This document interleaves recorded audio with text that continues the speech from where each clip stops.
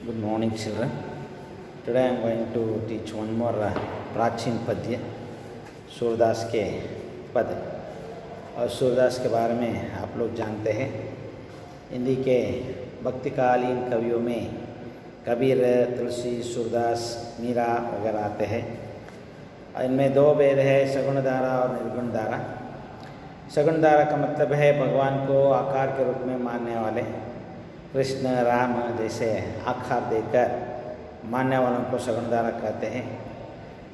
कुछ दास कवियाँ भगवान को निराकार रूप मानते हैं, भगवान के लिए आकार नहीं है, और ऐसे कवियों में कबीरदास आते हैं। सूरदास सगुण धारा के कृष्ण भक्ति शाखा के कवि।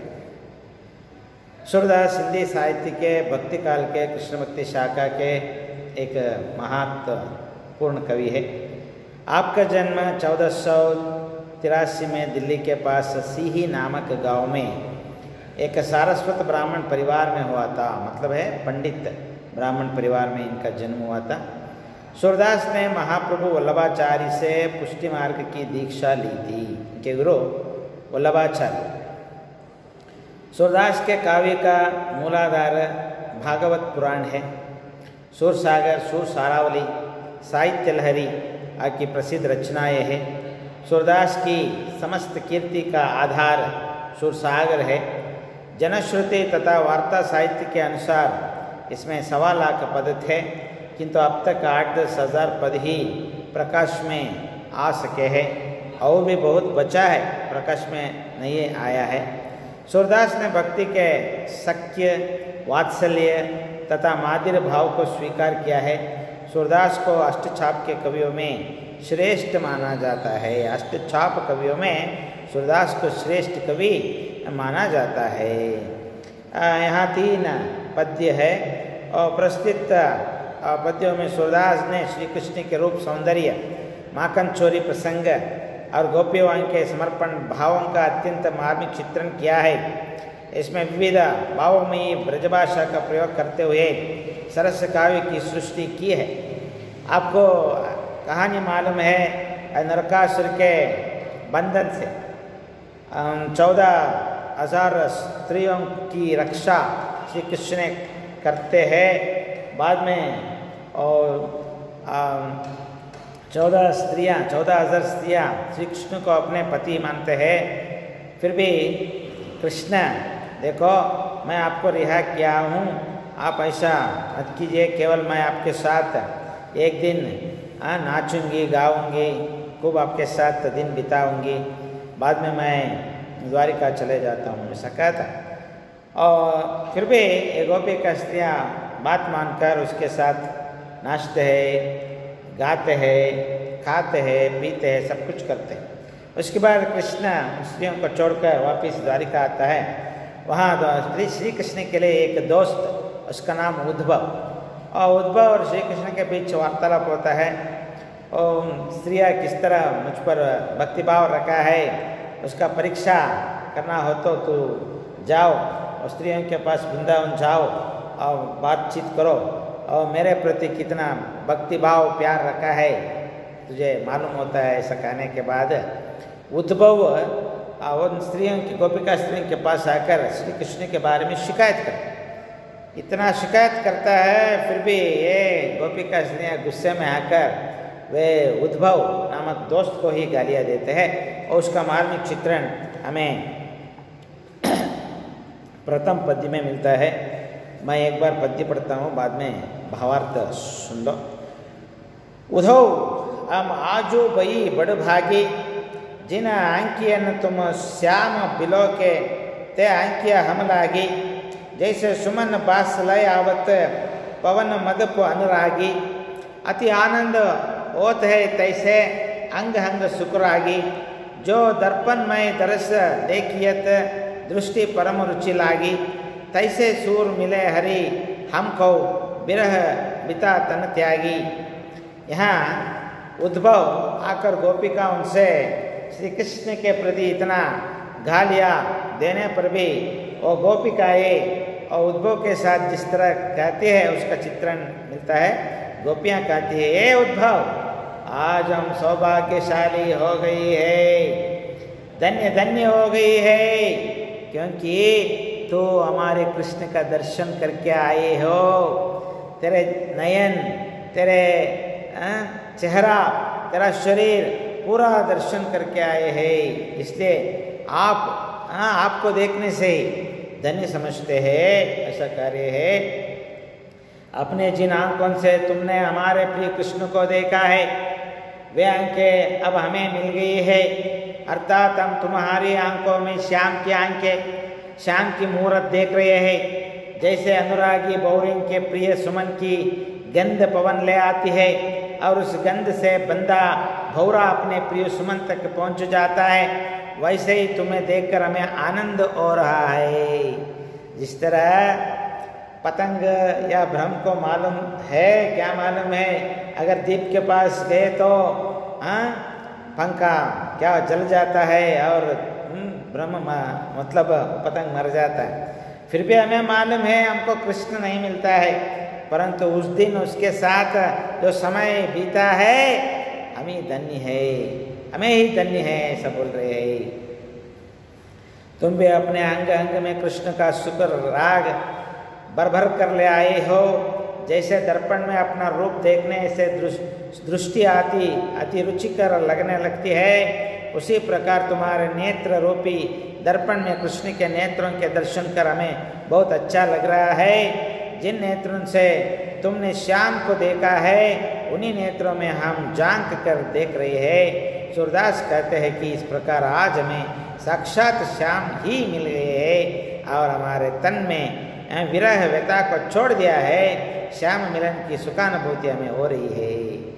हम विरह व्यथा में दिन बीत रहे हैं, हमको मालूम है श्री कृष्ण में नहीं मिलता। उस दिन हमसे वादा किया था, मैं केवल आपके साथ एक दिन नाचूंगी, गाऊंगी, खूब खाऊंगी, ऐसा उसी के अनुसार वो एक दिन हमारे साथ बीता। फिर भी हम उसके याद में हम दिन बीत रहे हैं, विरह वेदना व्यतीत कर रहे हैं, परंतु आज हमें धन्य समझा है। कारण है कि तो श्री कृष्ण का दर्शन करके आए हो, तेरे नेत्र से श्री कृष्ण को देखा है, तेरे नेत्र में हम देख रहे हैं श्री कृष्ण का प्रतिबिंब, उसका शरीर का लालन पालन वगैरह वगैरह। आप धन्य है ऐसा बोल रहे हैं सखियाँ, गोपिका स्त्रियाँ ऐसा बोल रहे। दूसरा पद, जमुना तट देखे नंद नंदन, मोर मुकुट मकराकृत कुंडल, पीत बसन तन चंदन, लोचन तृप्त भये दर्शन थे उर्की दपनी पुजानी, प्रेम मगन तब भई सुंदरी, उर गदगद मुखबानी, कमल नयन तट पर है टाड़े, सकुचाही मिली ब्रजनारी, सूरदास प्रभु अंतर जामी व्रत पुरन पगदारी। यहाँ गोपिकायों ने नंद नंदन भगवान श्री कृष्ण को यमुना किनारे पर नटवर नागर वेश में देखा।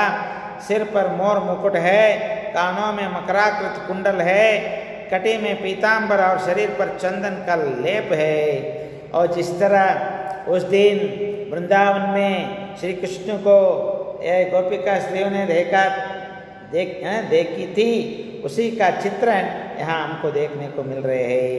जब श्री कृष्ण को उस दिन देखा था, उस समय और यमुना के किनारे नटवर नागर वेश में देखा और नटराजा के रूप में हमने देखा।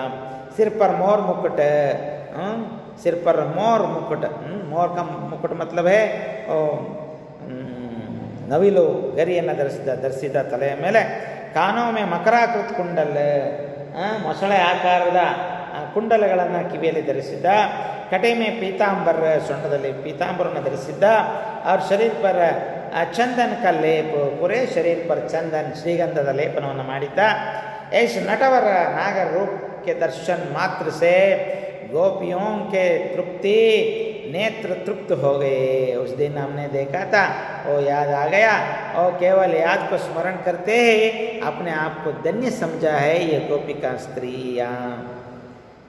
उनका हृदय भर आया और वे उस अलौकिक आनंद का शब्द में वर्णन ना कर सकी, वाणी मुख में ही रह गई।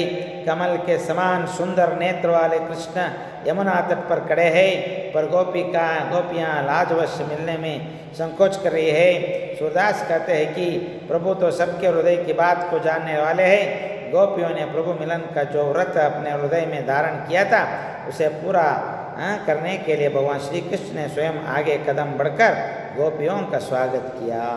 उस दिन भी और सब स्त्रियां, गोपिका स्त्रियां लज्जे में आकर कृष्ण के साथ अपना मनोभाव को व्यक्त करने के लिए तड़प रही है। फिर भी श्री कृष्ण ने खुद उनके साथ जाकर कदम बढ़कर उनके साथ खूब नाचा, खूब गाया।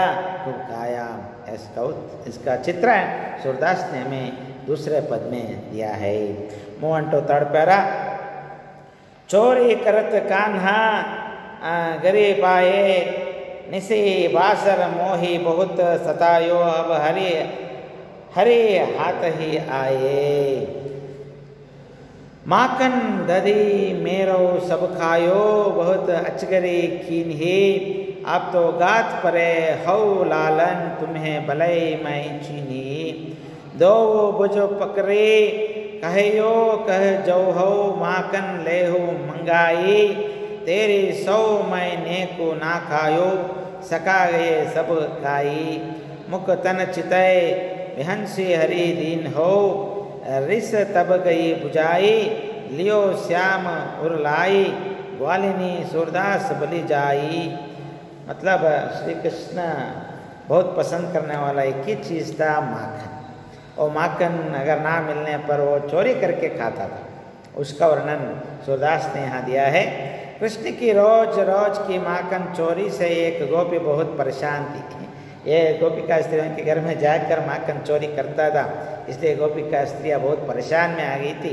कई दिनों से इंतजार में थी कि किसी प्रकार कृष्ण को रंगे हाथे पकड़ जाए। जब श्री कृष्ण आकर माखन चोरी करता है उसी वक्त में पकड़ना चाहिए, ऐसा सोचे थे गोपिका स्त्रियाँ।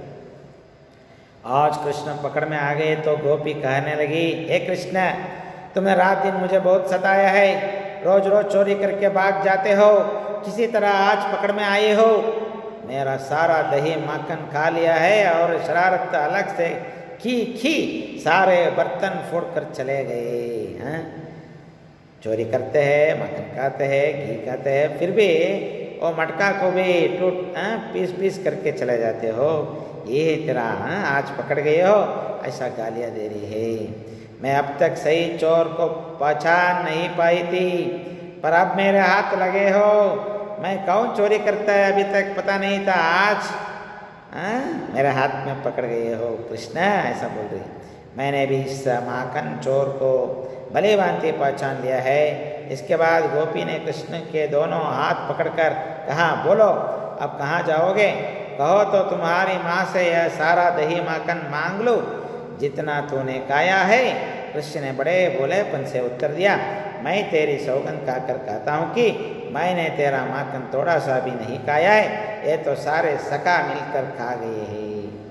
और गोपिका स्त्रियाँ इनके पकड़कर गालियाँ दे रहे हैं, मैं तेरी माँ के पास आते हैं, जो इतने दिन तक तूने माखन खाया और दोबारा तेरी माँ से मैं मंगवाने हूँ। ऐसा बोलने पर ओ नटखट मत बोले, अपन छोटे उम्र में ओ विनम्र स्वर से बोल रहे हैं, सखा मैंने नहीं खाया ये माखन और दही, मेरे साथ आने वाले सखा लोग मतलब दोस्त लोगों ने खाया, मैं अकेला नहीं खाया, ऐसा बोल रहा है। कृष्ण की इस बोली बात पर जैसे ही गोपी ने कृष्ण की ओर देखा तो कृष्ण मुस्कुराने लगे। इनके बोलेपन का आवाज़ सुनकर गोपिका स्त्रियों के लिए भी कुछ आनंद पैदा होता है और कृष्ण के मतलब चेहरे देखते हैं वो भी हंस रहे, मुस्कुराने लगे हैं। कृष्ण की इस तरह मुस्कुराहट पर मोहित गोपी का सारा क्रोध शांत हो गया और मन में प्रेम भाव उदय हो गया। और गुस्से में रहने वाली गोपिका स्त्रियाँ भी श्री कृष्ण के मुख के आनंद प्रफुल्लता को देखकर और उनका क्रोध भी शांत हो गया, वे भी मुस्कुराने लगे और कृष्ण के साथ दोस्तीपन प्रकट की है। प्रेम भाव में गोपी ने कान्हा को अपने हृदय से लगा लिया। सूरदास कहते हैं कि मैं गोपी कृष्ण के इस प्रेम भाव पर बली बली जाता हूँ। आगे गोपी का स्त्रियाँ और श्री कृष्ण को उठाकर उससे चुम्मा देकर उसको अपने गले में लगा दिया। मतलब यहाँ श्री कृष्ण का बोलेपन में गोपिका स्त्रियाँ कितने प्यार करती थी, इसका भाव सूरदास ने सुचारू रूप से चित्रित किया है। Thank you.